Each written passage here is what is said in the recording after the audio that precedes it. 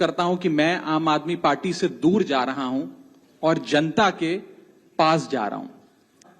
Exercise the provisions of the constitution of India and ourselves with the BJP. हम BJP में विलय करते हैं। हम माननीय प्रधानमंत्री नरेंद्र मोदी जी की लीडरशिप में और गृह मंत्री अमित शाह जी की संकल्प शक्ति के साथ जुड़कर बिना रुके और बिना थके देश के लिए काम करेंगे।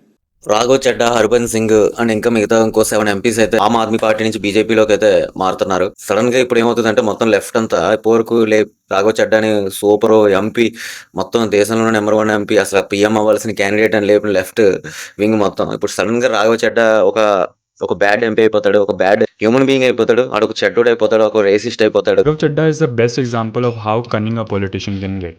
The man who once called BJP a threat to democracy is now their newest asset. Chadda started plotting his switch to BJP after AAP sacked him as Rajya Sabha deputy leader and sudden గా so ఈ మార్పులను త్వరలోనే చూస్తాం మనం. So ఇక్కడ రాఘవ్ చెడ్డా నిజంగా ఇప్పుడు ఇప్పటివరకు క్వశ్చన్ చేశారు గవర్నమెంట్ ని. ఏదైనా చిన్న ఇష్యూస్ ఉంటే అవి పార్లమెంట్ లో డిస్కస్ చేసి దానికి ఎంతో కొంత రిజల్యూషన్ అయితే తీసుకోవడానికి తన వంతు ప్రయత్నం తను చేశాడు. కానీ ఇప్పుడు సేమ్ జాబ్ నిజంగా ఇప్పుడు బీజేపీలోకి వెళ్ళి చేసిన లెఫ్ట్ వింగ్ వాళ్ళకి అది నచ్చదు. సో బేసిక్గా ఇక్కడ వీళ్ళకి చేసే పనితో సంబంధం లేదు, ఈ పార్టీతోనే సంబంధం. బీజేపీ ఎన్ని మంచి పనులు చేసినా వీళ్ళకి నచ్చదు.